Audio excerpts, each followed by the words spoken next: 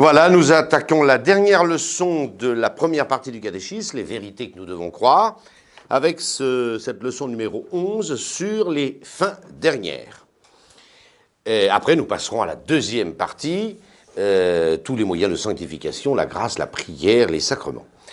3 parties dans ce catéchisme, les vérités, et nous concluons aujourd'hui cette première partie. Deuxième partie, la sanctification, et 3, la morale, les commandements de Dieu et de l'Église.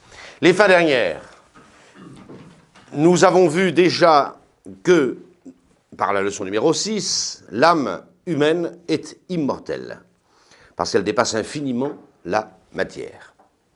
Il y a quelque chose dans l'homme qui est indestructible. C'est son esprit, c'est cette lumière de l'intelligence que Dieu y a déposée.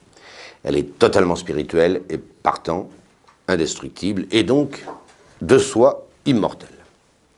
Alors il nous faut étudier ce que devient cette âme humaine après la mort et quel est le sort de ces âmes après ce passage dans l'autre monde. C'est ce qu'on appelle les fins dernières. Les modernes préfèrent cette dimension eschatologique. Je vous ai déjà dit souvent de ne pas vous laisser effrayer par les mots. Eschatologique en grec, c'est ce qui concerne les fins dernières. Donc, vous voyez, on est bien avancé.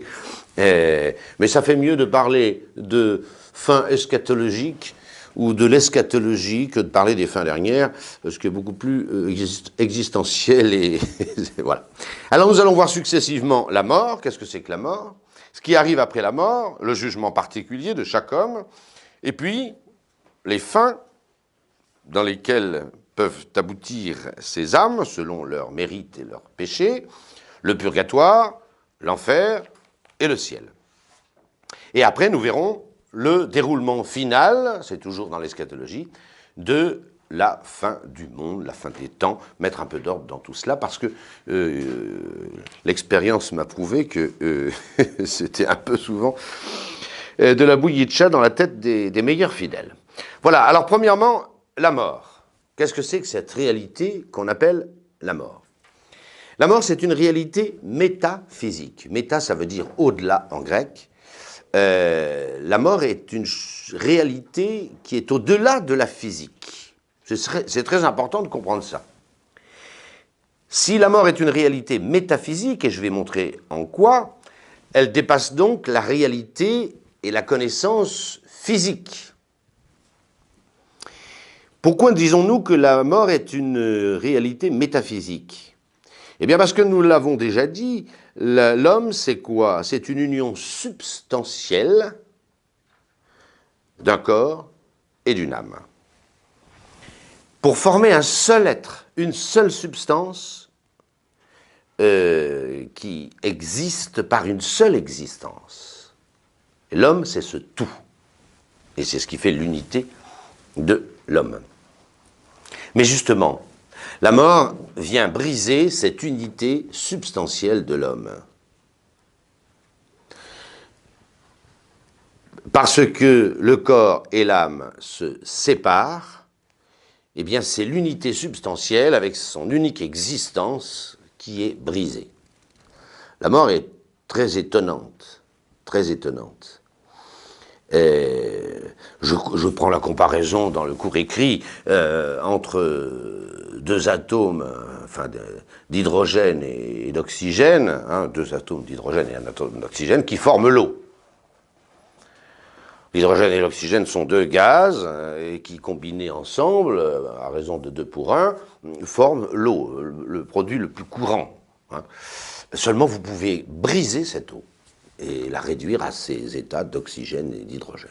C'est un peu ce qui se passe dans la mort, sauf que mon exemple est physique et que la mort est métaphysique. Parce que les éléments qui composent l'eau sont tous physiques.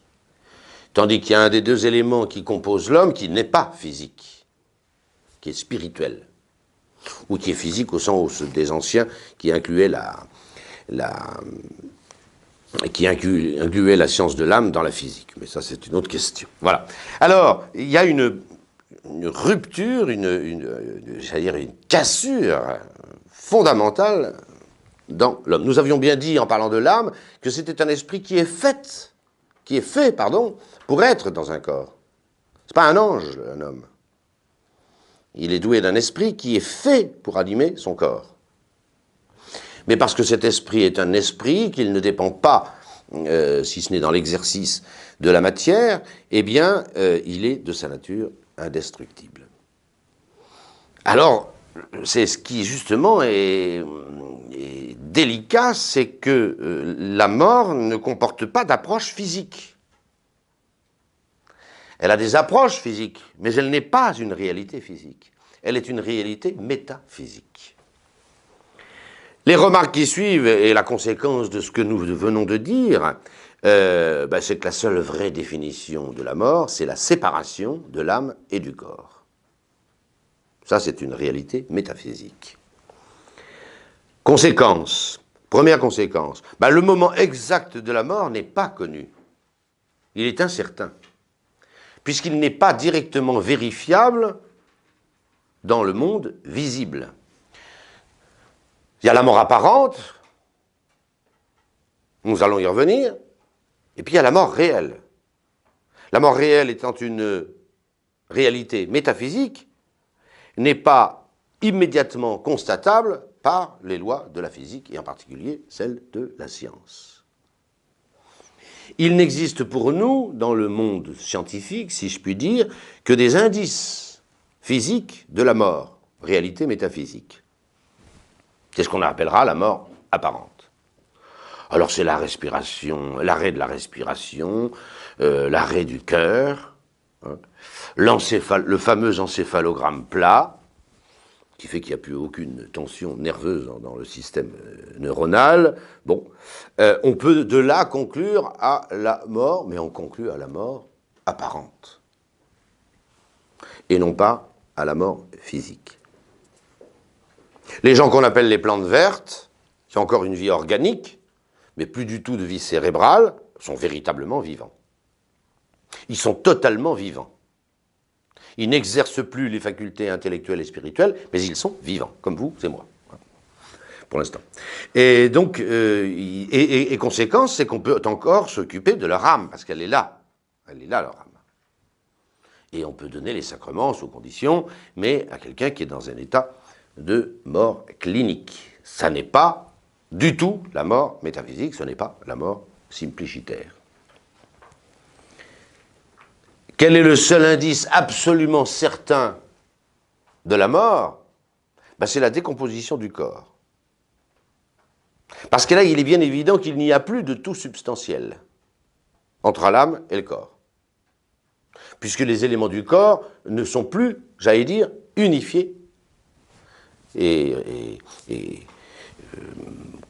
prolongés dans l'être par la présence de l'âme. Mais voyez que ça, c'est un phénomène qui suit la mort apparente, plus ou moins, et finalement, on est sûr, là, effectivement, quand un corps se décompose, qu'il n'y a plus cette forme substantielle qui fait qui fait l'homme, qui fait ce que c'est qu'un homme. Il est donc très important de comprendre ce que c'est que la mort. C'est un cataclysme, hein, c'est une déroute, hein, la mort. C'est terrible. C'est terrible. On voit bien qu'un homme, c'est son corps vivant et son âme vivante, comme dit l'Écriture sainte. C'est un tout, c'est ce qui fait sa personne. Même la personne est dissoute dans la mort. Même la personne. Et on n'aurait pas dû mourir. Ça, on l'a vu dans le péché originel et les dons préternaturels. Dieu n'a pas voulu nous créer mortels. L'homme est naturellement mortel, mais Dieu avait corrigé ce défaut énorme de la nature humaine par ce don d'immortalité. Et on aurait dû passer de cette vie à la vie éternelle sans mourir. Ce n'est pas le cas. Nous avons péché en Adam et Ève. D'où la nécessité pour un homme d'être toujours prêt à mourir. La vie, c'est d'apprendre à mourir, comme on dit, même la sagesse païenne. Et un homme qui ne pense pas à sa mort, c'est un imbécile, puis c'est un fou. C'est tout. Et ça ne veut pas dire, comme certains philosophes modernes, Heidegger, je crois, que l'homme est un être pour la mort. Non, on n'est pas pour la mort. On est pour la vie. C'est évident. Un homme s'est fait pour vivre. Pour vivre ici-bas et pour vivre éternellement. Mais justement, pour vivre éternellement, il faut bien mourir. Et notre Seigneur, dans l'Évangile, répète sans arrêt cette nécessité d'être prêt à mourir. Bien vivre, c'est apprendre à mourir. Et à bien mourir. Alors, je ne vous cite pas tous les textes de l'Évangile, ils sont innombrables. Voilà. Avec des comparaisons d'ailleurs très audacieuses de notre Seigneur Jésus-Christ. Je viendrai comme un voleur. Si le maître de maison savait à quelle heure le voleur doit venir, imaginez que vous sachiez que votre maison va être cambriolée cette nuit. Ben, vous n'allez pas vous endormir. Vous allez prendre un grand gourdin et vous tenir derrière la porte ou prévenir la gendarmerie, je ne sais pas ce que vous ferez, mais vous ne dormez pas. Je viendrai comme un voleur. Je viendrai même à l'heure où vous n'y pensez pas. Il y a un moyen de ne pas mourir, c'est d'y penser. Mais je viendrai à l'heure où vous n'y pensez pas. Comme un voleur. Et ainsi de suite. Et ainsi de suite. Donc la parabole des vierges sages, des vierges folles, enfin il y en a à foison dans l'Évangile. Parce que notre Seigneur Jésus-Christ sait très bien, lui qui est le juge des vivants et des morts, nous allons le voir, il sait très bien que c'est le grand moment qu'il ne faut pas rater. C'est le grand rendez-vous que nous avons avec Dieu, avec l'éternité, avec notre sort éternel. Et les gens qui ne s'occupent pas de ça, hein, ou qui badinent avec ça, ou qui s'amusent avec ça, sont des fous. Sont des fous. Alors qu'au fond, les hommes, comme dit Pascal, ils se divertissent, ils s'amusent. Ils s'amusent. Ils s'amusent. Ils veulent oublier ça. Mais ce n'est pas la grandeur de l'homme que d'oublier sa dimension spirituelle, éternelle. Et donc, concrètement, ce rendez-vous, non pas avec la mort, mais avec Dieu. Car c'est ça, l'importance de la mort. Mourir, s'il n'y a pas ce rendez-vous avec Dieu et avec l'éternité, bon, après tout, c'est un mauvais quart d'heure à passer. Mais nous savons, par la foi, que l'important de la mort n'est pas la mort elle-même, mais ce qui suit immédiatement la mort. Et c'est pourquoi nous en venons au numéro 2, le jugement particulier. Chaque âme est jugée immédiatement, j'allais dire séance tenante, après sa mort. L'Église a défini cela de foi catholique. Toutes les âmes sont jugées immédiatement après leur mort, dès qu'elles sont séparées de leur corps. J'ai cité le Concile de Florence en 1439, mais on pourrait en citer bien d'autres, le Concile de Latran et autres. On voit dans l'Évangile que le sort du bon larron, en Luc 23, 43, est fixé le soir même de la passion de notre Seigneur Jésus-Christ, quand il se convertit, se retourne vers le Christ, lui fait cette prière admirable, souviens-toi, dire ça à un crucifié qui va mourir dans quelques instants, souviens-toi de moi Seigneur lorsque tu viendras dans ton royaume, il faut une foi incroyable, et Jésus lui répond, ce soir même, tu seras dans le paradis avec moi. Donc le soir même, le bon larron va mourir quelques heures après Jésus, mais il est sauvé ce soir-là. Le paradis n'est pas encore le ciel, c'est le paradis, c'est les limbes. Bon, nous verrons ça tout à l'heure. Donc, immédiatement après la mort de tout homme, il est jugé. Et nous verrons par qui. Il est jugé par notre Seigneur Jésus-Christ lui-même. Si l'âme est en état de péché mortel, elle tombe directement en enfer pour l'éternité. Mox in infernum descendunt, dit le Concile de Latran. Descente immédiatement. Quelqu'un qui a refusé Dieu dans sa vie, qui n'aime pas Dieu par-dessus tout, qui s'est moqué de lui, qui l'a offensé, celui-là est perdu. C'est 45 fois dans l'Évangile que notre Seigneur parle de l'enfer. Alors quand on voit des gens dans les statistiques qui badinent avec ça, on peut dire qu'ils ont apostasié au sens que nous avons donné de ce mot, ils ont perdu la foi, c'est tout. Oubliez, vous voyez, cette leçon Cette leçon est poignante, je le sais, mais oublier les fins dernières, c'est de la folie. Hein. Un saint évêque d'Orléans, un saint Théodulphe, disait la pire des illusions, c'est d'oublier les fins dernières. C'est la folie d'un homme. Si l'âme est en état de grâce, elle va soit au purgatoire, soit au ciel, selon qu'elle a encore à satisfaire ou non pour ses fautes. Alors attention, comprenez bien. Si quelqu'un est chargé de fautes graves, il va en enfer. Si quelqu'un n'est chargé que de fautes vénielles, il faut quand même qu'il expie ses fautes vénielles. Et puis même, nous le reverrons, dans le péché, il y a la faute, mais il y a aussi la peine. Il faut rétablir la justice. La justice, c'est comme la balance, hein, les plateaux doivent être équilibrés. Et donc, si quelqu'un va au ciel, c'est qu'il n'a plus aucune faute, ni mortelle bien sûr, sinon il irait en enfer, ni aucune faute vénielle, et il n'a également aucune peine due à ses fautes, même pardonnées. Ce qui veut dire que la plupart des braves gens, enfin j'allais dire, de ceux qui meurent comme il faut, font leur séjour en purgatoire. Et heureusement que Dieu a inventé le purgatoire, parce que sinon, s'il n'y avait pas de rémission dans l'au-delà, il serait bien plus difficile de sauver son âme. C'est une évidence. Le jugement particulier est pour l'homme en tant qu'individu. Nous verrons tout à l'heure qu'il y a un jugement en particulier. Nous serons tous jugés deux fois, si je puis dire. Une fois, jugement particulier immédiatement après notre mort, et une deuxième fois, jugement général, à la fin du monde, nous le verrons tout à l'heure, collectivement. Et nous verrons pourquoi. Il y a ces deux jugements. Le jugement particulier, celui dont nous parlons à présent, c'est le jugement de l'homme comme individu, ses mérites et ses démérites personnels.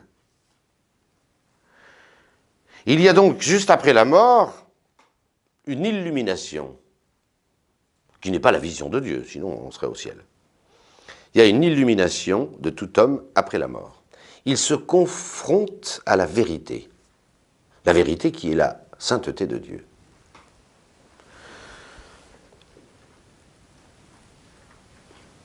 Et c'est à l'aune de cette lumière de Dieu, de la sainteté de Dieu, que lui-même, s'il aime Dieu, il est aimanté, attiré vers Dieu, et s'il n'aime pas Dieu, eh bien il ne peut pas supporter cette lumière. Et c'est de lui-même qu'il fuit la face de Dieu. C'est Jésus-Christ lui-même qui communique cette lumière, parce qu'il l'a, bien sûr. Nous verrons que le Christ dit et répète dans l'Évangile que c'est lui qui juge.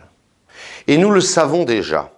Si vous vous souvenez de la leçon sur la Sainte Trinité, elle se terminait par un petit paragraphe qui s'appelle « les appropriations ». Voilà. Et on voit bien que l'Écriture sainte approprie à une personne divine les œuvres extérieures des trois personnes divines. Je vous renvoie à cette leçon. Mais on voit bien que sont attribuées à Jésus-Christ notre Seigneur les œuvres de jugement, toutes les œuvres de sagesse, toutes les œuvres d'intelligence. Parce que dans la Trinité sainte, le Fils est la sagesse, l'intelligence, la lumière du Père, de Dieu, c'est-à-dire cette parole éternelle que Dieu prononce pour se connaître. Et finalement s'aimer, c'est le Saint-Esprit. C'est donc bien à Jésus-Christ qu'il revient, il a la pleine lumière de Dieu, vrai Dieu né du vrai Dieu, lumière née de la lumière, engendré, non pas créé, consubstantiel au Père, mais il est aussi un homme, et un homme est pris, un juge est pris parmi les hommes. C'est donc à lui, et là c'est pas une simple appropriation, c'est bien la lumière de Dieu, la substance de Dieu qui juge, puisque c'est par rapport à elle qu'on est bon ou moins bon ou carrément mauvais. Mais cette fonction de juge, c'est pas une appropriation, c'est Jésus-Christ, notre Seigneur en tant que Verbe fait chair. qui nous juge. Et donc tout homme verra Jésus-Christ. Pas l'essence de Dieu, sinon il serait mis au ciel, mais tout homme verra Jésus-Christ directement, immédiatement, après sa mort. Et c'est lui qui est juge des vivants et des morts. Alors ce qui est très curieux, c'est dans l'Évangile, une petite parenthèse, alors que Jésus-Christ annonce qu'il est le juge des vivants et des morts, et il l'est, et il le sera, et tout homme sera jugé au soir de sa vie par Jésus-Christ, en personne, eh bien, vous voyez, dans les petites querelles humaines, Jésus-Christ refuse de juger. Deux frères, un jour, viennent trouver, c'est dans l'Évangile, deux frères viennent trouver notre Seigneur Jésus-Christ pour une question d'héritage. Ils ne sont pas d'accord sur l'héritage de leur père. Ils se disputent, ils se chamaillent. Et ils viennent demander à ce grand rabbi de trancher. Et Jésus de répondre, « Qui m'a constitué juge entre vous ?» Avec les curés qui veulent se mêler de tout le temps, en permanence, ils ne sont pas dans le coup. Voilà. Celui qui jugera les vivants et les morts, eh bien celui-là refuse de trancher les questions de ce monde. Je ferme cette parenthèse. Troisièmement, le purgatoire. Le purgatoire, c'est un lieu de souffrance et non point de tourment. Faites bien la différence entre une souffrance et un tourment. Dans une souffrance, il y a une utilité. Il y a, j'allais dire, un profit. Excusez-moi de ce mot. Il y a un rachat. La souffrance est très belle pour un homme. Elle peut devenir très belle. Elle doit être très belle. Et la souffrance est très belle. Sinon c'est des tourments. On sait très bien que c'est dans le creuset de la souffrance qu'un homme devient grand, tout simplement. Et le purgatoire n'est pas un lieu de tourment. Il ne s'agit pas de châtier les gens. Il s'agit de les purifier et de les mettre de plein pied avec la sainteté de Dieu. C'est donc un lieu de souffrance, où les âmes des justes achèvent d'expier leurs péchés avant d'entrer dans la gloire. Je l'ai dit tout à l'heure, je n'y reviens pas, les péchés véniels ou les conséquences des péchés mortels. Ces âmes nous enseignent, alors d'abord l'existence du purgatoire. Beaucoup d'hérétiques ont nié l'existence du purgatoire. L'Église l'a défini, hein. Ce n'est plus contestable par un chrétien. Mais on le trouve dans toute la Sainte Écriture. Lors de la guerre des Maccabées, on voit bien déjà qu'on envoie au temple 12 000 drachmes d'argent après une bataille que livrent les Maccabées, mais ils ont perdu pas mal de leurs soldats, pour offrir des sacrifices pour les morts, pour des gens qui sont déjà morts. Donc on offre des sacrifices pour des gens déjà morts. Ça prouve bien qu'il y a un rachat, ça n'aurait aucun sens, il y a un rachat possible des âmes après la mort. Et puis heureusement, parce que je ne sais pas si ceux qui nient le purgatoire se rendent compte de ce qu'ils disent.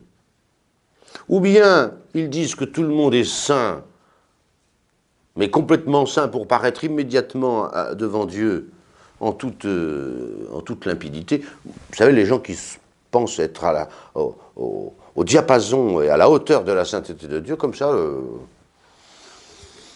c'est un petit peu présomptueux, hein, c'est moins qu'on puisse dire. Ou bien, réfléchissez, s'il n'y a aucune rédemption après la mort, il faut être logique. Si on n'est pas à la hauteur, à la sainteté de Dieu, digne de Dieu, comme dit l'Épître aux Hébreux, et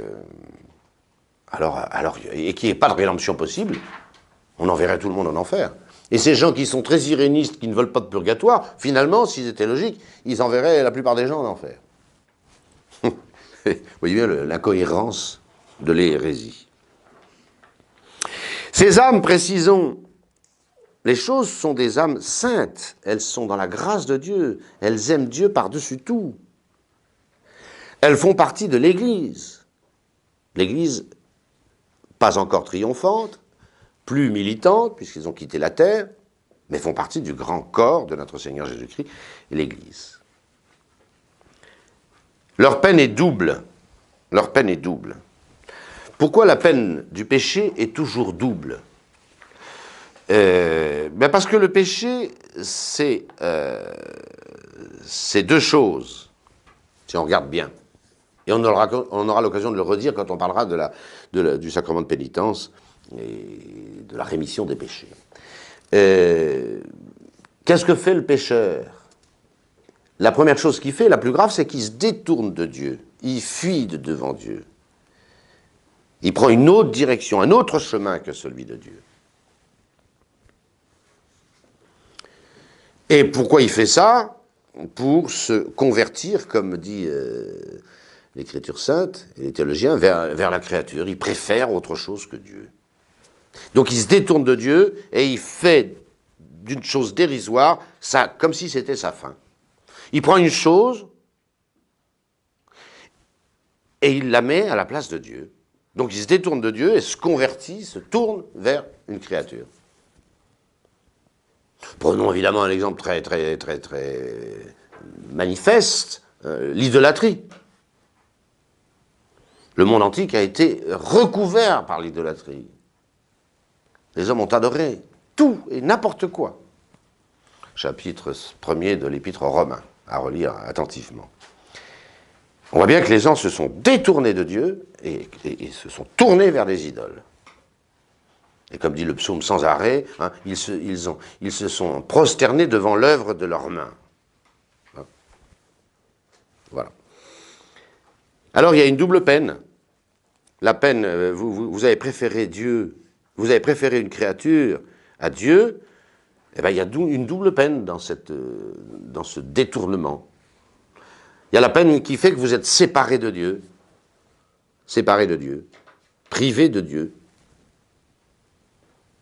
Eh bien, c'est la peine la plus difficile et la plus douloureuse des âmes du purgatoire, comme celle d'ailleurs de l'enfer.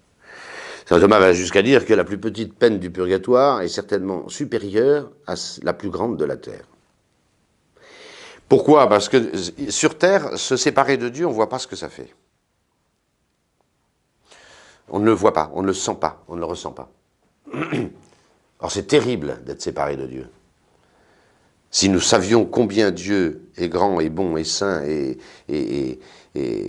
beau, le fait d'en être séparé, de ne pas avoir la bénédiction de Dieu, de subir le reproche de Dieu, la colère de Dieu, serait littéralement insupportable. Insupportable. C'est parce que nous ne voyons pas Dieu, parce que nous ne savons pas qui il est, que nous supportons ça quand nous péchons. Je ferme cette parenthèse. C'est donc la première peine et la plus importante du purgatoire, comme ce le sera de l'enfer, que cette privation de Dieu. Il n'est pas deux fois qu'il y ait du feu en purgatoire, parce que l'Église ne l'a pas défini, ce qui est tout à fait différent de l'enfer, où l'Église a défini qu'il y avait du feu. Hein. Pourquoi Dieu a-t-il mis du feu en enfer? C'est dans toute l'Écriture. Hein. Alors c'est pas contestable. Saint Augustin le dit très, très bien.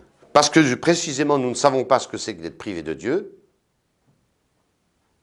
alors il faut nous faire comprendre les choses. Or la peine la plus immédiatement insupportable de cette terre, c'est le feu. Hein. Ça c'est clair. Les gens se jettent d'une tour hein, quand il y a du feu. Ils jettent dans le vide, ils sont sûrs de mourir. Hein. Souvenez-vous des Twin Towers, on voit des gens qui se jettent du 40e étage hein, parce qu'il y a le feu. Voilà. Et c'est une bonté de Dieu de nous dire attention. De nous dire attention. Vous ne savez pas ce que c'est que de perdre Dieu, parce que vous ne savez pas ce que c'est que Dieu, mais pour vous faire comprendre ça, je vais vous dire que c'est bien pire que de mourir dans les flammes. Et des flammes qui durent, là. L'état de ces âmes et des âmes du purgatoire, paradoxalement, elles ne peuvent rien pour elles, mais peuvent quelque chose pour les autres. Ça paraît difficile à comprendre que celui qui peut pour les autres ne puisse rien pour elles. Ben si. Ici-bas, et profitons-en, nous sommes dans l'état de la miséricorde. Il suffit d'invoquer Dieu, il est là. Nous demandons pardon à Dieu, il nous pardonne. Nous prions Dieu, il nous exauce. Nous sommes dans l'état de la miséricorde. Profitons-en. Profitons-en. Tout ce que nous faisons de bien, et le bien est facile à faire, nous avons recours à Dieu, nous verrons dans la prière qu'elle est toujours exaucée. Et voilà. Quiconque invoquera le nom du Seigneur sera sauvé. Ça, c'est vrai maintenant. Parce que nous sommes dans l'état de la miséricorde, de la rédemption de notre Seigneur Jésus-Christ, qui nous ouvre les trésors de sa grâce et de sa faveur. Comprenons-le. Là, dans le purgatoire, c'est plus le temps de la miséricorde, c'est le temps de la justice. C'est le temps de la justice. Et ces âmes du purgatoire ne peuvent rien faire pour elles-mêmes. Rien. Nous pouvons faire quelque chose parce que Dieu nous a promis que dès qu'on bougeait, il correspondait à la grâce. Parce que nous sommes dans l'état de miséricorde de Dieu. Mais là, c'est l'état de justice. Voilà. Vous avez offensé Dieu, même si vous l'aimez par-dessus tout. Et Dieu, pour vous admettre à la gloire du ciel, eh bien, vous met en face de vos dettes et vous les payez. Voilà. Et c'est encore une miséricorde. Mais c'est l'état de la justice. Elles ne peuvent rien faire pour elles-mêmes. Par contre, c'est les âmes saintes, sauvées, qui iront au ciel, qui sont dans la grâce. Alors elles peuvent prier pour les autres. C'est curieux, cette impuissance par rapport à elles et cette capacité par rapport aux autres. Ce qui fait que beaucoup de saintes personnes invoquent les âmes du purgatoire et en sont exaucées. Et nous, est-ce qu'on peut faire quelque chose pour les âmes du purgatoire? Ben oui et non. Oui et non. Oui, parce que nous, nos prières sont exaucées. Je l'ai dit, nous sommes dans l'état de miséricorde. Nous pouvons donc prier pour les âmes du purgatoire. Mais attention, l'Église a utilisé à chaque fois qu'elle parle de ça, dans son magistère, elle parle de la capacité que nous avons d'aider les âmes du purgatoire par mode de suffrage. Qu'est-ce que ça veut dire? Par mode de suffrage. Ça veut dire que nous présentons à Dieu des prières, le sacrifice de la messe pour ces âmes, pour abréger leurs peines, leurs souffrances, et les envoyer au ciel. Mais alors que dans les autres prières, dans toutes les autres prières que nous faisons, nous sommes sûrs d'être exaucés de Dieu. En vertu de la promesse de Dieu, nous le verrons. Ce que vous demanderez, vous l'obtiendrez. Frappez, au long vous ouvrira. Alors là, on peut toujours prier, puisqu'on peut prier. Mais attention, puisque ces âmes sont dans l'état de la justice, Dieu n'est pas tenu de nous exaucer. Alors nous envoyons des suffrages, des supplications à Dieu, et c'est Dieu qui, c'est Dieu qui décide. Vous me direz, mais quand Dieu exauce nos prières, c'est lui qui décide. Oui, mais comme il a promis de nous exaucer, sa décision, c'est QFD. Dieu nous exauce, ici-bas. Et c'est pourquoi il y a une prière, c'est la même prière qu'on fait pour les âmes du purgatoire ou pour d'autres causes, mais, alors que nos autres prières, Dieu a promis de les exaucer, là, il n'a pas promis de les exaucer. Il ne promet pas de les exaucer. C'est la liberté absolue de notre Créateur.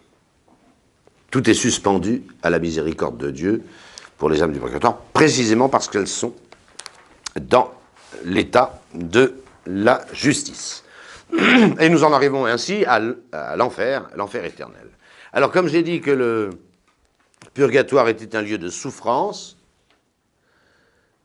et non pas de tourment, je dis de l'enfer qu'il est un lieu de tourment et non pas de souffrance.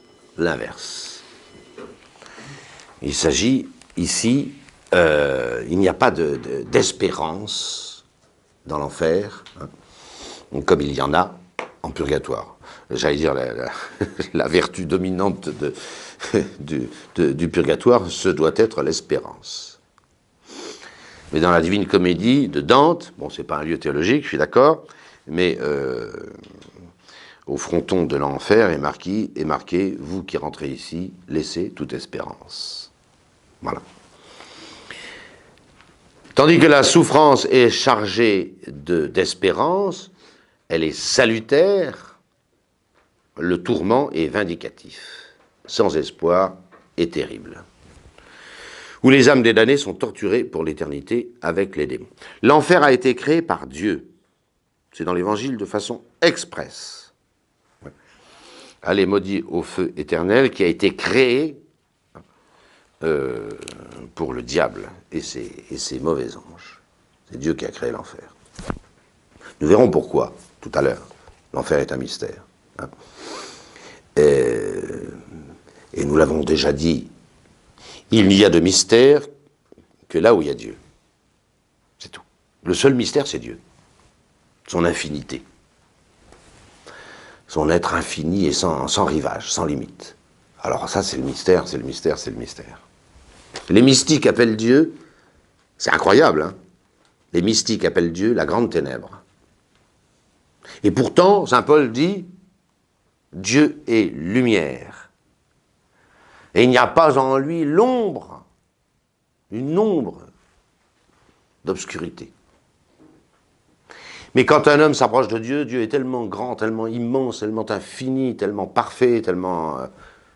que pour les mystiques, les grands mystiques catholiques, ben, ils appellent Dieu la grande ténèbre. C'est tout à fait étonnant. Et on comprend ce qu'ils veulent dire. Parce que plus ils avancent dans la connaissance de Dieu, plus ils comprennent l'incroyable ignorance dans laquelle ils sont vis-à-vis de ce mystère. Voilà. Alors vous comprenez que l'enfer a évidemment deux peines, comme le purgatoire, mais évidemment qui sont des tourments et sans espérance. La peine du damn, voilà pourquoi on appelle ceux qui sont en enfer les damnés. C'est certainement la plus terrible. Le fait d'être séparé de Dieu, hein, d'être maudit de Dieu. Allez maudit au feu éternel. Jésus-Christ, notre Seigneur. Allez maudit au feu éternel. Retirez-vous de moi. Hein. Dieu ne connaît plus ces gens-là. C'est terrible. Rien que prononcer ces choses-là est terrible. Que Dieu ne se souvienne plus de l'œuvre de ses mains. Et comme on ne comprend pas ce que c'est que cette peine, encore qu'on peut très bien, avec un peu de méditation, on peut la comprendre. Hein.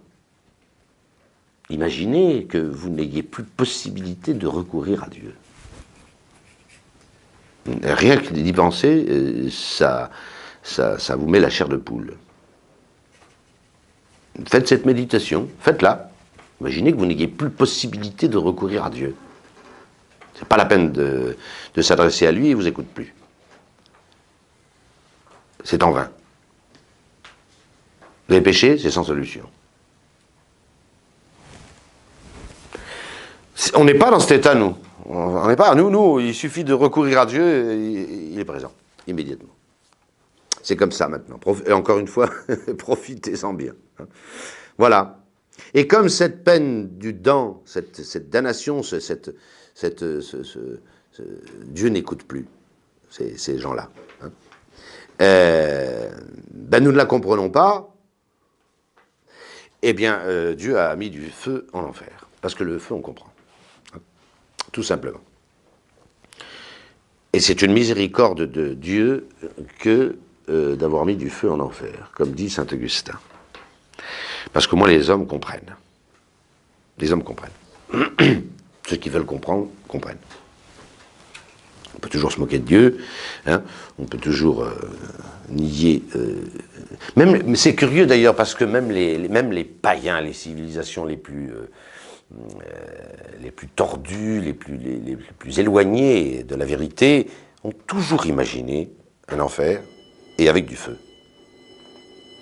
C'est dans toutes les mythologies, c'est dans tous les contes primitifs, c'est partout. C'est partout.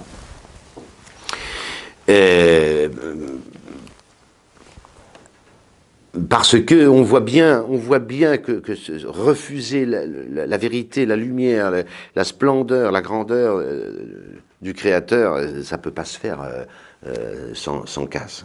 Ça, c'est impossible. C'est impossible. Un homme a été fait pour Dieu, et s'il perd Dieu, il a tout perdu.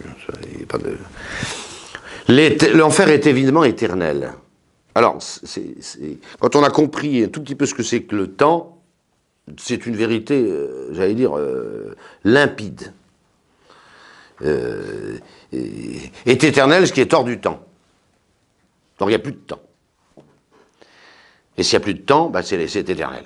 Enfin, c'est idiot de dire ça, c'est dire exactement la même chose, mais encore faut-il le comprendre. Le temps s'étant arrêté, et nous verrons tout à l'heure, hein, pour les élus du ciel, car c'est le même problème, la même solution, plus exactement. On verra que le temps étant arrêté, ben, on est dans l'éternité. Et on verra ce que c'est que la fin du temps. On ne peut pas tout dire d'un seul coup. Alors vous avez toujours un certain nombre d'hérétiques qui ont nié l'éternité de l'enfer, comme la plupart des gens dans les statistiques nient que l'enfer existe et qu'il soit éternel. Parce qu'ils recomposent la religion selon leurs petits sentiments. Ça ne leur plaît pas, donc ils écartent ça. C'est un peu simple. C'est un petit peu simple. Un grand, parmi les pères de l'Église, a pensé ça. Origène. Origène est un exégète fantastique, d'une finesse et d'une... voilà. Mais sur 2 ou 3 thèses, Origène, ce grand alexandrin là, du IIIe siècle, ça ne lui plaît pas, lui non plus, l'enfer. Alors il a imaginé l'apocatastase. C'est quoi l'apocatastase? Ben, c'est le grand bisounours, après que l'enfer aura duré quelques siècles, etc. Bon, ben finalement, c'est la grande réconciliation. Dieu reprend tout le monde avec lui. Voilà, c'est la grande fête charismato. Bon. Seulement, je suis désolé, c'est une invention d'Origène. Ça faisait plaisir à Origène de penser ça, mais tout l'Évangile dit le contraire. Et entre Origène et les autres, et la parole du Seigneur, surtout celle-là, hein, répétée 45 fois dans l'Évangile, c'est pas la peine de discuter. Voilà, vous avez toujours des gens comme ça, hein, il faut qu'ils recomposent la religion selon leur goût, selon leur sensibilité, selon... voilà.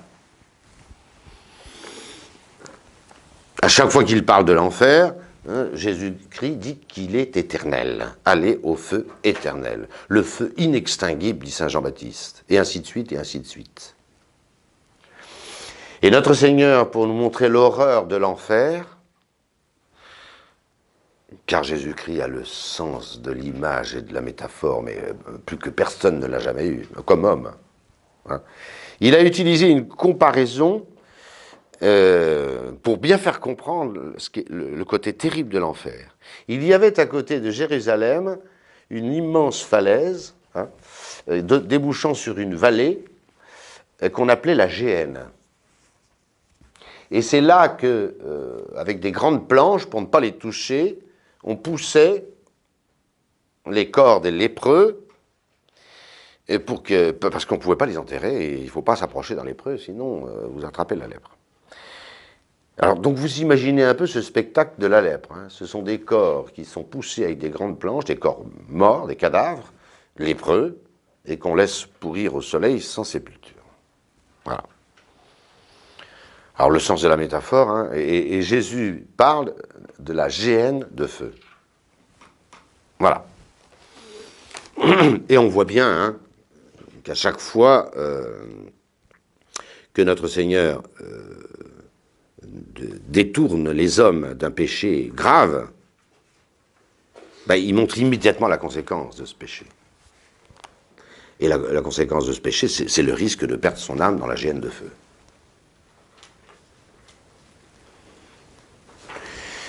Gardez-vous de mépriser aucun de ses enfants. Hein. Si quelqu'un scandalise un enfant, il vaudrait mieux hein, qu'on lui attache une une de ces meules que tournent les ânes et qu'on le précipita au fond de la mer. Hein. Et si ton œil est pour toi une occasion de scandale, arrache-le. Vous imaginez ce que c'est que de prendre son œil là, puis de se l'arracher, hein. Jette-le loin de toi. Mieux vaut pour toi entrer borgne dans la vie que d'être jeté avec tes deux yeux dans la géhenne de feu. Si c'est ton pied qui te scandalise, coupe-le. Mieux vaut rentrer pour toi boiteux dans la vie que d'être jeté au feu éternel avec tes deux pieds. Pareil pour la main. Enfin, on peut difficilement être plus clair. Voilà.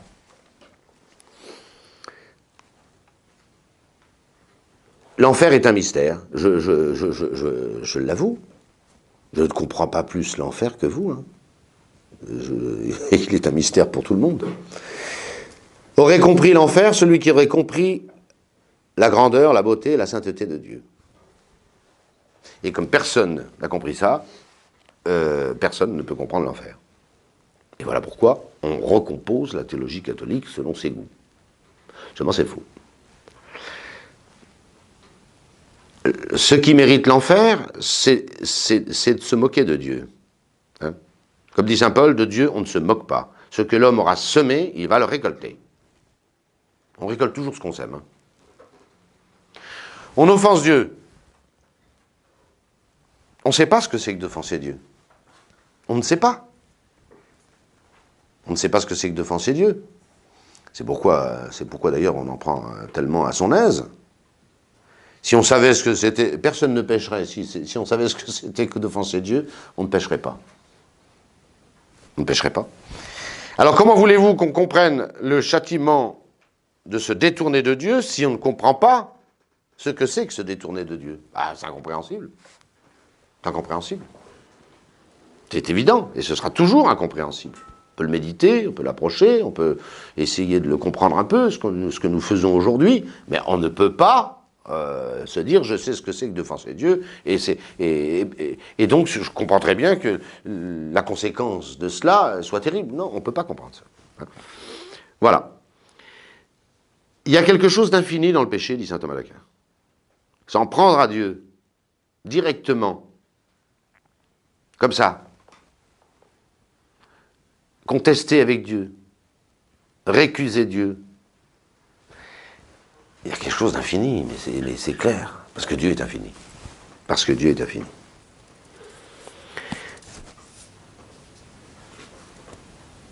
Pour finir, l'enfer est un état, bien sûr, c'est l'état des gens détournés de Dieu, et dans les flammes de l'enfer, mais il est aussi un lieu que la plupart des pères de l'Église, n'en déplaise à ceux à qui ça ne plaît pas, placent généralement au centre de la terre.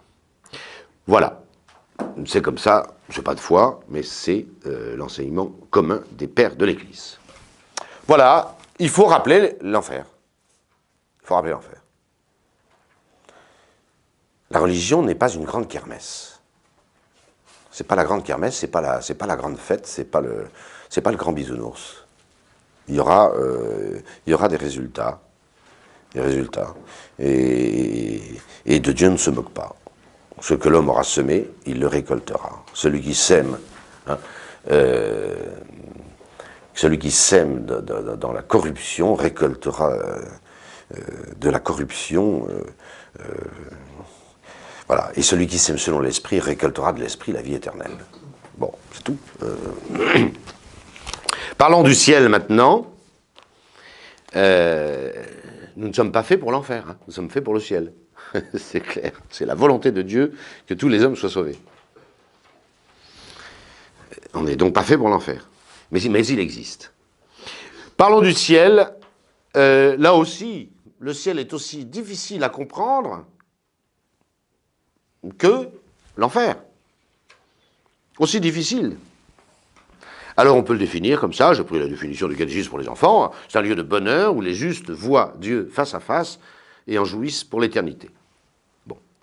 Cette petite définition quand même est très importante. Qu'est-ce que c'est qui fait ce bonheur du ciel?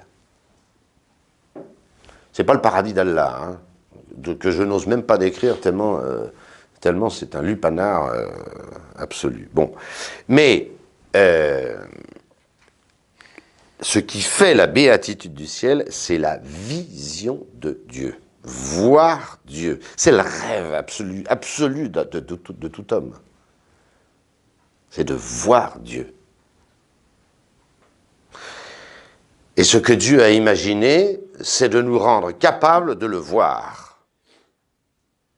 Or, Dieu de sa nature est invisible, et bien sûr aux yeux du corps. Il est même invisible de soi aux yeux de l'âme. C'est un prodige de Dieu que d'arriver à nous faire voir Dieu. Même s'il y a dans l'âme humaine une capacité radicale de voir Dieu. Le ciel, c'est d'abord la vision de Dieu, directe, de l'essence de Dieu. L'essence de Dieu. L'essence de Dieu, nous savons ce que c'est. C'est ce jaillissement éternel de l'être. C'est ça notre repos. C'est ça qu'il nous faut. Tous les biens d'ici-bas nous fatiguent. On en a fait le tour très vite. On est repu, on est rassasié immédiatement de tous les biens d'ici-bas. Pour peu qu'on ait un peu vécu. Il n'y a que les ados de 15 ans qui ne savent pas ça. Mais dès qu'on a vieilli un peu, on sait très bien que tout ce qu'on a pu, même de choses légitimes et bonnes, c'est de la petite verroterie. Quelle est la grande soif, quel est le grand appétit de l'intelligence humaine, c'est de pouvoir voir Dieu. Eh bien, le ciel, c'est ça. Le ciel, c'est cela. C'est la vision directe de l'essence divine par notre intelligence. Alors attention, j'ai bien précisé, avec saint Thomas, sans idée, sans représentation, sans concept, autrement dit, sans intermédiaire. Sans intermédiaire. Pour connaître ici-bas, nous fabriquons des représentations intellectuelles des choses que nous connaissons. C'est bien les choses que nous connaissons, je ne veux pas faire une théorie de la connaissance, c'est bien les choses que nous connaissons, mais nous les connaissons au moyen de représentations intellectuelles. C'est ça qui nous empêche de voir Dieu. C'est l'attirail intellectuel que nous sommes obligés de mettre en route à chaque fois que nous connaissons quelque chose. Si le ciel c'était encore cela, c'est pas la peine. Pas la peine de se déplacer.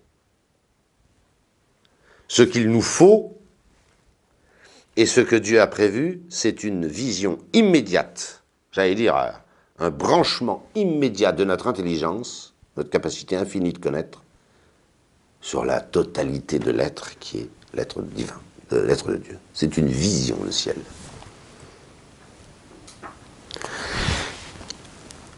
Est-ce que l'âme humaine est capable de cela? Oui et non, vous disais-je. Oui, parce que il y a une capacité spirituelle de connaître dans l'intelligence humaine. C'est même sa définition. Mais attention, il faut une disposition spéciale, que les théologiens appellent la lumière de gloire,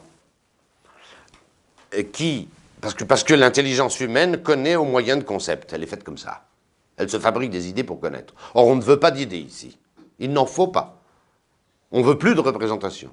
On veut ce que saint Paul appelle du face-à-face avec Dieu. Mon intelligence et Dieu, direct, comme objet. Et ça fait un. Alors, c'est pas possible à une intelligence humaine, c'est possible, c'est radicalement possible, mais il faut une disposition, parce que Dieu est surnaturel, parce que Dieu est infini, une disposition qui n'est pas un intermédiaire intellectuel, qui n'est pas un intermédiaire intellectuel. C'est l'âme qui est changée, mais il n'y a pas d'intermédiaire entre l'âme et Dieu dans la vision béatifique. Mystérieux, je l'avoue. Cette lumière de gloire remplace notre foi qui disparaît. Qu'est-ce qui nous fait contempler Dieu? Eh bien, c'est notre foi, ici-bas. Mais notre foi, c'est un miroir. C'est pas un miroir aux alouettes, C'est un vrai miroir qui nous donne une véritable image de Dieu. Car nous croyons à Dieu sur le témoignage de Dieu. Ce miroir, c'est le témoignage de Dieu. Mais nous voyons Dieu que dans un miroir. La foi. Là, plus de miroir. Plus de miroir. Du face à face. On casse le miroir de la foi. Il est cassé. Tant mieux. Hein, voilà. Ici-bas, c'est très bien, hein, parce que c'est le seul moyen de connaître Dieu. Enfin, surnaturellement. Mais il faudra bien un jour qu'on casse le miroir. Pour voir Dieu sans miroir. Sans intermédiaire. Sans concept. Sans représentation. Sans idée.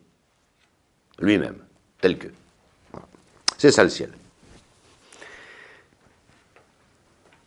Et on peut absolument pas se faire une idée du ciel. Je suis désolé. Vous pouvez pas. Vous pouvez pas. Il faudrait être capable, maintenant, de sonder le mystère de Dieu. Hey, c'est impossible. C'est pour ça que les gens ne se précipitent pas à gagner le ciel. Hein. Ils ne savent pas ce que c'est. Là encore, ce que je vous ai dit pour l'enfer est parfaitement vrai. Si les gens savaient ce que c'est que l'enfer, ils ne pécheraient plus. Et si les gens savaient ce que c'est que le ciel, on peut dire qu'ils ne feraient rien d'autre que de s'y diriger. Mais comme l'un et l'autre sont fondés sur le mystère insondable de Dieu, les gens ne se précipitent pas vers le ciel et beaucoup se précipitent en enfer. Hein. Comme dit notre Seigneur, la voie est très large qui mène à la perdition et ils sont nombreux ceux qui s'y engagent. Le chemin qui monte au ciel est assez resserré et on ne s'y bouscule pas. Hein. Voilà. Toujours à cause de cette grande inconnue. Et voilà pourquoi saint Paul a dit, hein, il a très bien vu ce que c'était que le ciel. Y a-t-il été admis quelque temps là, dans sa vision en Arabie, c'est possible, hein, puisqu'il ne peut pas et il ne veut pas répéter ce qu'il a vu et ce qu'il a entendu. Bon, il ne peut pas d'ailleurs. Est-ce que, bon, les théologiens discutent si saint Paul, dans sa vision en Arabie, hein, je connais un homme dans le Christ, il y a 14 ans, était-ce dans son corps ou sans son corps, je ne sais, Dieu le sait. Voilà. Puis quand il arrive à nous dire ce qu'il a vu, ben, il s'arrête. Il dit, je ne peux pas, hein, je ne peux pas vous dire. Voilà. Et bien ce même saint Paul est bien placé pour nous dire « L'œil de l'homme n'a pas vu, l'oreille de l'homme n'a pas entendu, il ne sera jamais monté au cœur de l'homme ce que Dieu a préparé pour ceux qui l'aiment. » 1 Corinthiens 2, 9. Le ciel a pourtant des degrés, c'est encore saint Paul qui le dit, hein. Stella differt a stella in claritate. Hein. Une étoile, les élus du ciel diffèrent en clarté, parce que selon la charité, les mérites d'ici-bas, eh ben Dieu accordera cette lumière de gloire, plus ou moins. Plus ou moins. Et évidemment, on ne peut plus pécher au ciel. Pourquoi? Parce que j'ai dit que le ciel, c'était la vision de Dieu. C'est, premièrement, dans l'intelligence que la béatitude se place. Mais évidemment, comme chez nous, et ça ne changera pas pour ça, la volonté, la capacité d'aimer est conséquence immédiate de l'objet de notre intelligence. Dès que quelque chose est bon, nous l'aimons. C'est le fonctionnement de la volonté. Alors l'amour de Dieu est proportionnel à la vision de Dieu. Et plus vous le voyez, plus vous l'aimez. J'allais dire ça, et donc la volonté est totalement fixée dans le bien.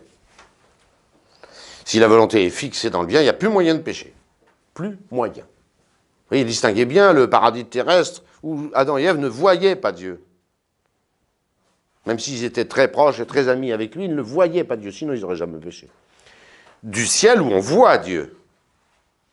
Et on est irrésistiblement attiré par sa grandeur, par sa beauté. C'est inéluctable. Et on l'aime exactement en proportion de ce qu'on en voit.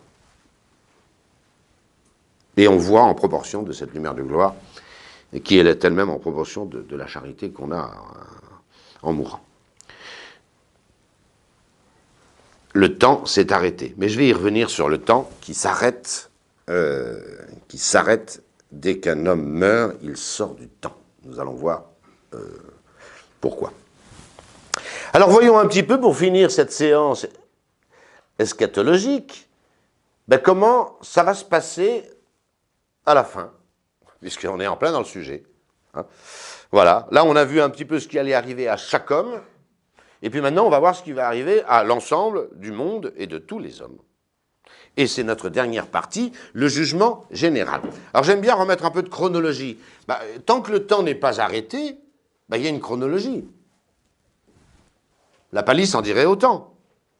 Donc, avant l'arrêt du temps, il y a une chronologie. C'est ce que nous allons faire. Dans l'ordre, qu'est-ce qui va arriver à ce monde? Qu'est-ce qui va arriver à ce monde? Eh bien, 5 choses dans l'ordre. 5 choses. Et essayez, moi j'ai essayé de les apprendre aux fidèles dans des sermons, j'ai tout essayé, mais ça ne rentre pas. C'est pourtant d'une logique imperturbable. Hein? La première chose qui va arriver vers la fin, c'est la parousie. Jésus-Christ revient. Le retour glorieux de Jésus-Christ, annoncé dans toute l'Écriture. Les anges de l'Ascension, quand Jésus vient de monter au ciel, et que les apôtres, là, ont le torticolis à regarder ce nuage derrière lequel il n'y a plus rien à voir, Jésus a disparu. Hommes de Galilée, que restez-vous là à ne rien faire, hein? Voilà, ce même Jésus qui vient d'être enlevé du milieu de vous, reviendra de la même manière que vous l'avez vu. Voilà. Et Jésus précise qu'il reviendra sur les nuées du ciel, pour juger les vivants et les morts. Donc la première chose qui arrivera, c'est le retour glorieux du Seigneur. La parousie. Et vous l'avez enseigné, la parousie, dans tout le Nouveau Testament, un peu partout. Jésus-Christ va revenir. Il est venu une première fois pour nous sauver, il va revenir une deuxième et dernière fois pour nous juger. Voilà.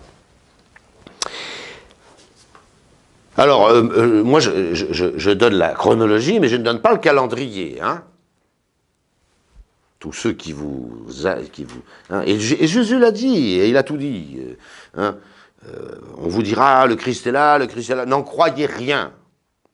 Donc, ceux qui nous annoncent la fin du monde, et tout ça, tous les 3 ans, les Paco Rabanne et les machins, ils nous fatiguent. Hein, voilà. Ou les diseuses de bonne aventure, et voilà. Le jour où le Christ va arriver, hein, tout le monde sera au courant. Comme l'éclair brille de l'Orient à l'Occident, ainsi sera la venue du Fils de l'homme. Personne ne se posera de questions, ça sera clair. Donc dès qu'on se pose des questions, c'est faux. On vous dira, il est dans le lieu plus reculé de la maison. N'en croyez rien. Même il y aura des prodiges à faire tourner la tête des élus eux-mêmes. Ne bougez pas. Quand Jésus-Christ reviendra, tout le monde sera au courant. Tout le monde. Donc tous les bruits avant-coureurs, c'est faux. C'est faux, et c'est définitivement faux. Puis en plus, c'est pas près d'arriver, il y a plein de choses qui ne sont pas arrivées, et qui sont dans la Sainte Écriture, car je ne me base que sur la Sainte Écriture. Le retour massif des Juifs au Christ Jésus, c'est annoncé 2 fois par Saint Paul dans l'Écriture sainte, c'est pas arrivé que je sache. Il y a des conversions individuelles, mais le peuple juif, hein, en tant que tel, n'est pas chrétien. Donc c'est pas pour tout de suite. Voilà. Alors attention à tous ces apocalypses no, faut arrêter ça.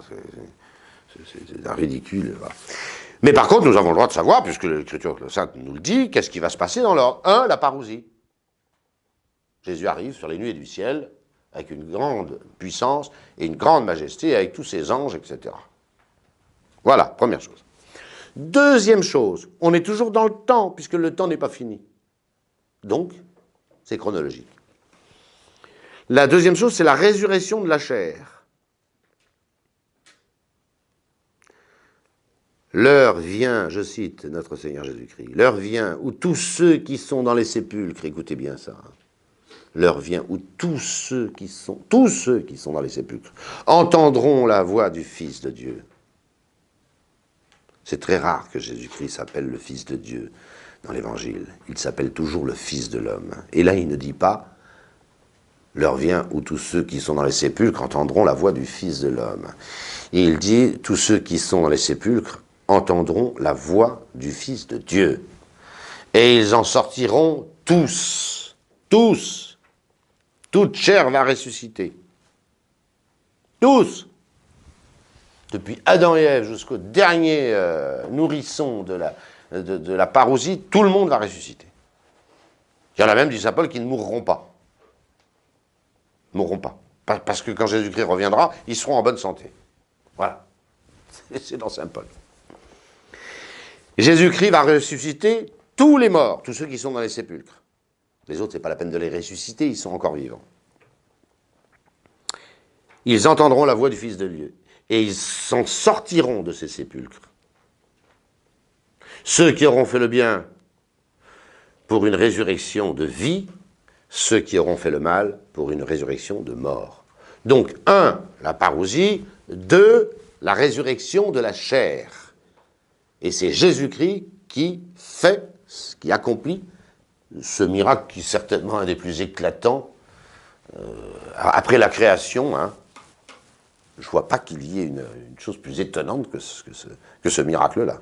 Hein. La souveraineté de la puissance de Dieu qui va ressusciter toute chair. Toute chair. Sans aucune exception. Celle des bons comme celle des mauvais. Toute chair.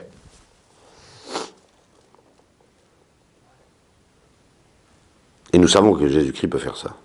Il s'est ressuscité lui-même. Hein. Il a ressuscité quelques morts pour nous montrer ce pouvoir qu'il a. Et puis un jour, il ressuscitera toute chair. Toute chair. 1, la parousie. 2, la résurrection de la chair. Remettez de l'ordre dans votre tête s'il n'y en a plus. Et mettez-en s'il n'y en a jamais eu. Troisièmement, le jugement général. Voilà. Cette scène est racontée magistralement dans les... Le juge, je l'ai déjà dit, c'est notre Seigneur Jésus-Christ. C'est-à-dire, il est profilé comme juge. Parce qu'il a toute la lumière de Dieu qui permet de juger, et c'est comme homme qu'il juge. Et là, il mettra les boucs à gauche et les brebis à droite. C'est clair. Les bons, les mauvais. Ça gêne beaucoup le XXe siècle et le XXIe siècle maintenant qu'on dise qu'il y a des bons et qu'il y a des mauvais. C'est comme ça dans tout l'évangile, en particulier l'évangile de Saint Jean. Vous êtes d'accord ou pas d'accord, c'est comme ça. Alors ici-bas, on ne sait pas très bien si quelqu'un est bon et s'il est mauvais. Puis la vérité, c'est que quelqu'un n'est pas tout mauvais ou tout bon. Mais un jour, il y aura les bons à droite et les mauvais à gauche. Je n'ai pas choisi la droite et la gauche, c'est dans l'évangile aussi. C'est pas de ma faute. J'y suis pour rien. Si les bons sont à droite, et si les mauvais sont à gauche. Comme ça. Voilà. Et ceux qui auront fait le bien, qui seront à la droite, iront à la vie éternelle, et ceux qui auront fait le mal, iront au feu éternel. Voilà. Troisième épisode. 1, la parousie. 2, la résurrection de la chair. 3, le jugement général. Alors attention, la fin des temps. C'est quoi la fin des temps? Ben j'en fais un quatrièmement, mais c'est le troisièmement. À partir du moment où tous les hommes sont fixés, les uns dans la béatitude éternelle, les autres dans le feu éternel, dans l'enfer éternel, dans la damnation. Alors pour les uns comme pour les autres, le temps s'arrête. Le temps, j'ai eu l'occasion de vous le dire déjà, c'est une notion strictement humaine. La seule créature à vivre dans le temps, c'est l'homme. Les anges ne sont pas dans le temps, Dieu n'est pas dans le temps, les êtres inanimés, les animaux ne sont pas dans le temps, un animal même n'est pas dans le temps. C'est quoi le temps? C'est la fixation de notre esprit sur le mouvement. Voilà. Ceci est là, je fais une saisie. Ceci est là, je fais une autre saisie. Et j'ai l'impression qu'il s'est déroulé une chose. En vérité, il n'y a qu'une chose qui a changé, c'est le mouvement de ce tampon. C'est ça le temps. Si mon esprit est fixé, fixé en Dieu ou fixé dans le mal, dans la révolte, le temps n'existe plus. Je n'ai plus plusieurs saisies, une saisie là, je n'en ai plus qu'une. Si j'ai qu'une saisie, le temps s'arrête. La fin des temps, j'ai pas dit la fin du mouvement, hein. Le mouvement, c'est une réalité totalement extramentale. Ça existe, le mouvement. Il y a des choses qui bougent. Mais le temps est une réalité mentale, psychologique. Quand l'esprit de l'homme, de tous les hommes est fixé, le temps s'arrête. Autrement dit, la fin des temps, c'est la conséquence immédiate du jugement général. C'est automatique. Quand tout le monde est fixé sur son sort éternel, le temps s'arrête. Le mouvement continue. Et puis ensuite, la fin du monde. Ça dégringole de toutes parts. Dieu punit aussi ce monde pour tous ses péchés. Mais il est à peu près certain, Dieu n'a pas permis que nous sachions tout, hein, mais qu'il y aura un ciel et une terre nouvelle. C'est annoncé au moins dans Isaïe, au chapitre 65, c'est annoncé également dans le livre de l'Apocalypse. C'est vrai que ce monde que Dieu a créé est quand même magnifique. Songez à l'océan, songez aux montagnes, songez aux étoiles, c'est magnifique. C'est rare que Dieu anéantisse des choses belles, enfin c'est rare, c'est même insoupçonnable. Voilà, c'est un très grand mystère. Et puis c'est pas ça l'important, hein. L'important pour nous, c'est de contempler la face de Dieu. Ça, c'est important. C'est la chose à ne pas rater. D'aucune manière. Voilà. Mais Dieu n'a aucune raison d'anéantir la beauté des choses qu'il a faites. Aucune. Et même, il va nous les réorganiser pour un ciel et une terre nouvelle. Voilà, même si ça reste très mystérieux. Et si l'Église n'a jamais pris la peine de définir ça. Pourquoi? Parce que l'Église, elle s'occupe d'envoyer les gens au ciel. Et ça, c'est pas nécessaire de savoir ça. C'est pas nécessaire. De savoir de quoi est fait le monde futur, au point de vue de l'organisation du cosmos et tout ça, c'est pas nécessaire. Donc c'est pas le domaine de compétence de l'Église. Elle définira jamais ça. L'Écriture sainte nous laisse quelques bribes à méditer. C'est comme ça. Et un dernier mot sur le jugement général. Donc, la troisième étape de la fin de la chronologie, après la parousie et la résurrection de la chair. Au jugement particulier que nous avons vu tout à l'heure, les fautes et les mérites personnels de chacun ne sont connus que de lui, que de ceux qui les ont commis. Et vous voyez, il manquerait quelque chose. Il manquerait absolument quelque chose. Le sort de tous les hommes est fixé. Les uns sont dans la béatitude éternelle, le purgatoire a disparu, et les autres sont envoyés au feu éternel. Et c'est juste parce que chacun a reçu, comme dit l'Écriture, selon ses œuvres. Mais il manque quelque chose de très important. C'est que le péché des hommes et le bien que font les hommes est transitif. Il ne s'arrête pas à eux. Un homme qui fait du bien autour de lui, et même dans la communion des saints, il fait du bien à tout le monde.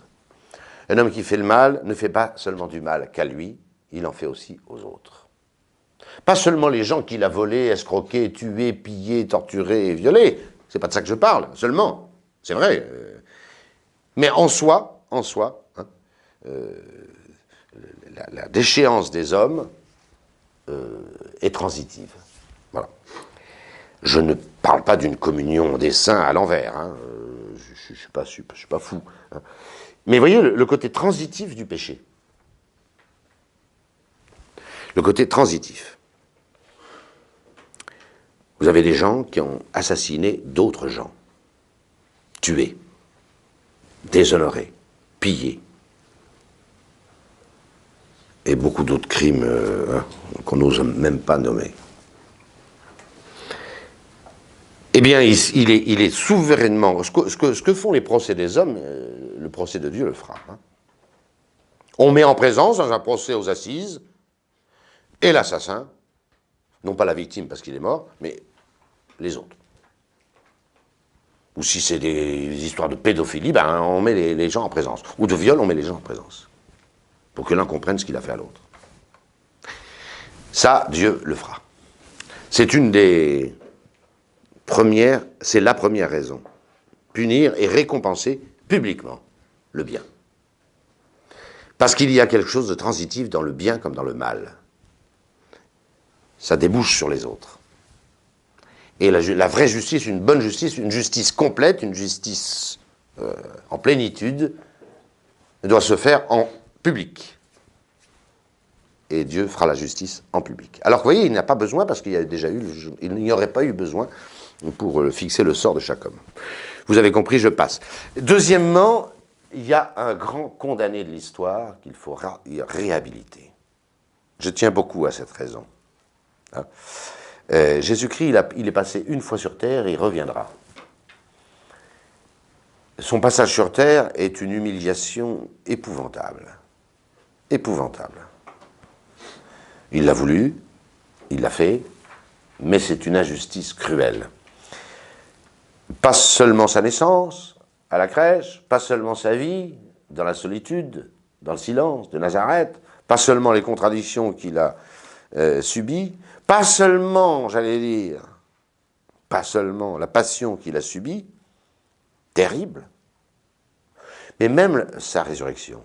Sa résurrection ne lui a pas fait justice, puisque sa résurrection, il a choisi 2-3 témoins, hein, enfin un peu plus, jusqu'à 500, dit saint Paul, pour être témoin de sa résurrection. Lui-même ne s'est pas fait justice sur terre. Jamais. La petite justice qui est faite à Jésus-Christ, le grand humilié de l'histoire, c'est nous qui la faisons par notre foi. Mais enfin, c'est insuffisant. Hein. Il faudra bien un jour que tous les hommes reconnaissent la bonté de Dieu, de leur Sauveur, ce qu'il a subi pour le salut des uns et la perte des autres, parce que, voilà. Et j'allais dire, c'est un des motifs, peut-être pas principal, mais fondamentaux du jugement général. Le grand accusé de l'histoire doit être réhabilité. Il s'appelle Jésus de Nazareth. Et finalement, pour qu'à la face du monde entier, la sagesse infiniment variée de Dieu, son inlassable bonté, sa miséricorde, sa grandeur, sa beauté, soit manifeste pour tout le monde. Vous voyez, il faut méditer ça. Il faut méditer ça. Les hommes qui s'amusent à blasphémer, les hommes qui, etc., ceux qui font du bien dans l'humilité. Il faudra que tout ça soit mis sur la place publique. Alors vous me direz, mais les péchés des élus, c'est embêtant. Hein, voilà. Saint Thomas y a pensé. Il y a des gens qui ont fait plein de péchés, puis qui ils se sont convertis, puis ils sont finis très très bien. Mais alors on va se souvenir de leurs péchés. Oui, mais se convertir d'un péché, c'est une chose très noble. Très très noble. Il y a plus de joie au ciel pour un pécheur qui fait pénitence que pour 99 qui n'en ont pas besoin. Et tous les péchés des élus seront pour leur gloire. Parce que c'est beaucoup plus grand d'avoir péché et de s'en sortir que de n'avoir pas péché. C'est beaucoup plus grand.